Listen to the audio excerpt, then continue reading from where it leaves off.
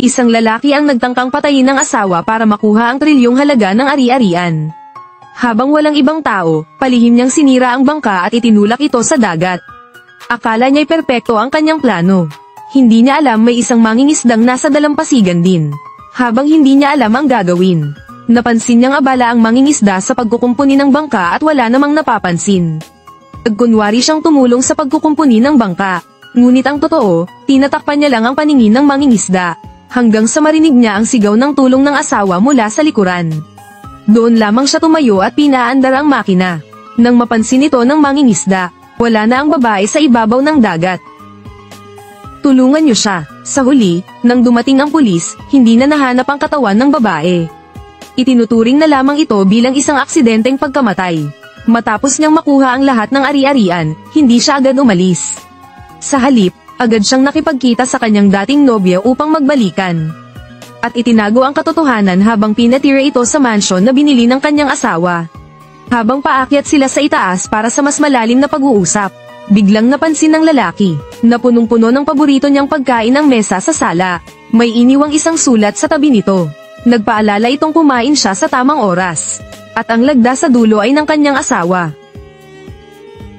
Nakapunta ka na rito? Hindi pa. Pagpasok ng lalaki sa kwarto, napansin niyang may cake sa ibabaw ng mesa. At may isa pang sulat na may sulat kamay ng kanyang asawa. Dito tuluyang nawala ang kanyang gana sa anumang bagay. Agad siyang nagtungo sa butik ng asawa niya. Nakita mo ba si Joey? Si Boss Joe. Hindi ba siya nalunod na? Tama. Nang marinig ang tiyak na sagot ng staff, naramdaman ng lalaki na baka nag-aalala lang siya ng sobra. Pero nang humiga na silang dalawa para magpahinga, biglang may narinig silang kakaibang tunog mula sa ibaba. Baby, anong ginagawa mo? Mua, andyan ka ba? Tulog ka na ba? Agad nawala ang antok ng dalawa. Agad silang bumangon at bumaba. Matapos ang kaunting paghahanap, napag-alaman nilang ang plaka pala ang biglang tumugtog ng musika. Naramdaman ng lalaki ang kilabot sa likuran. Samantala, akala ng nobya niya'y may magnanakaw sa bahay. Diretso siyang pumunta sa balkonahe. Nang bubuksan na niya ang pinto para silipin ang labas, sakto namang biglang nawalan ng kuryente sa silid. Nagulat ng husto ang nobya niya. Buti na lang at agad siyang dumating dala ang flashlight.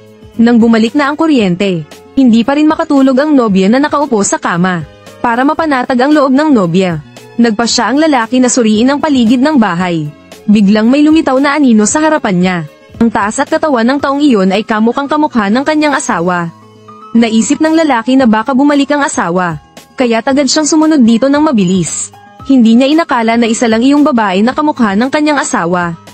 Sunod-sunod na kababalaghan ang bumabagabag sa isipan ng lalaki. Kahit sa pagkain, pinapayagan lang niyang kumain ng delatang hindi pa nabubuksan ang nobya. Kinabukasan ng umaga, isinama niya ang nobya sa bundok upang hanapin ang isang madre. Pero ang nobya ay hindi naniniwala sa mga ganitong bagay dahil wala naman siyang kasalanan. Kaya iniwan niya ang lalaki at umalis mag-isa. Para mapasaya ulit ang galit na nobya, napilitan ang lalaki na isama siyang muli sa isang bakasyon sa tabing dagat. Sinamahan pa niya ito sa paglalaro sa dalampasigan. Sa hindi inaasahang pagkakataon, naroon muli ang mangingisdang nag-aayos ng makina. Sa pagkakataong ito, tapat na siyang gustong tumulong. Ngunit bigla niyang nakita sa kamay ng mangingisda ang mismong kasangkapan na itinapon niya noong ginawa niya ang krimen. Paulit-ulit niyang sinubukang kunin ito muli. Pero lagi siyang napipigilan ng mangingisda. Nang lumingon siya para silipin ang nobya, wala na ito sa ibabaw ng dagat. Agad siyang kinabahan at nataranta. Habang papasigaw na siya para humingi ng tulong, bumalik ang nobya mula sa kabilang bahagi. Saan ka ba nagpunta? Wala naman, dito lang ako naglalaro. Ayaw na ng lalaki magtagal pa at gusto nang umalis sa lugar na tila malas. Ngunit pagbalik nila sa hotel, narinig nila ang sigaw ng nobya mula sa loob ng kwarto. Anong nangyari? Tangkay.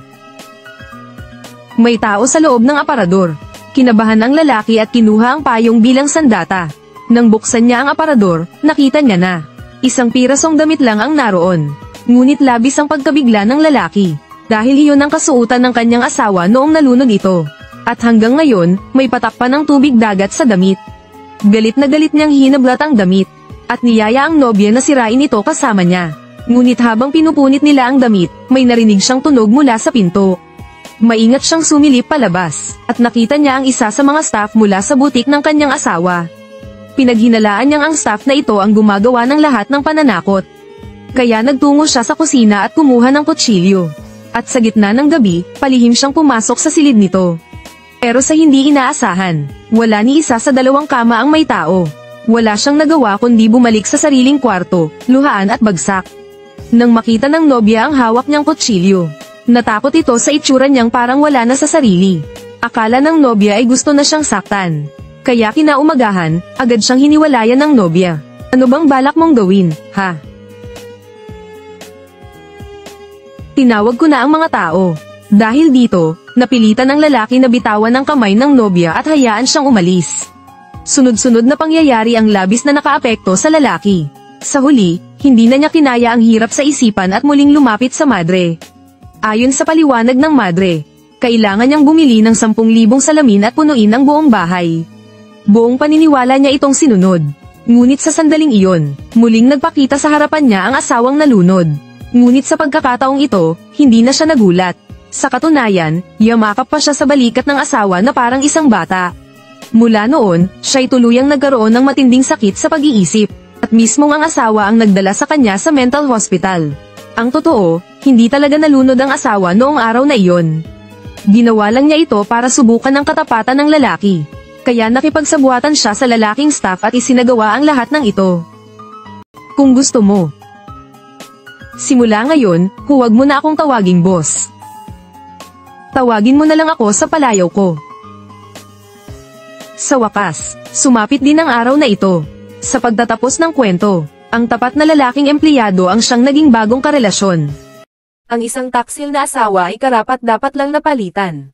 At dyan na nagtatapos ang video mga idol.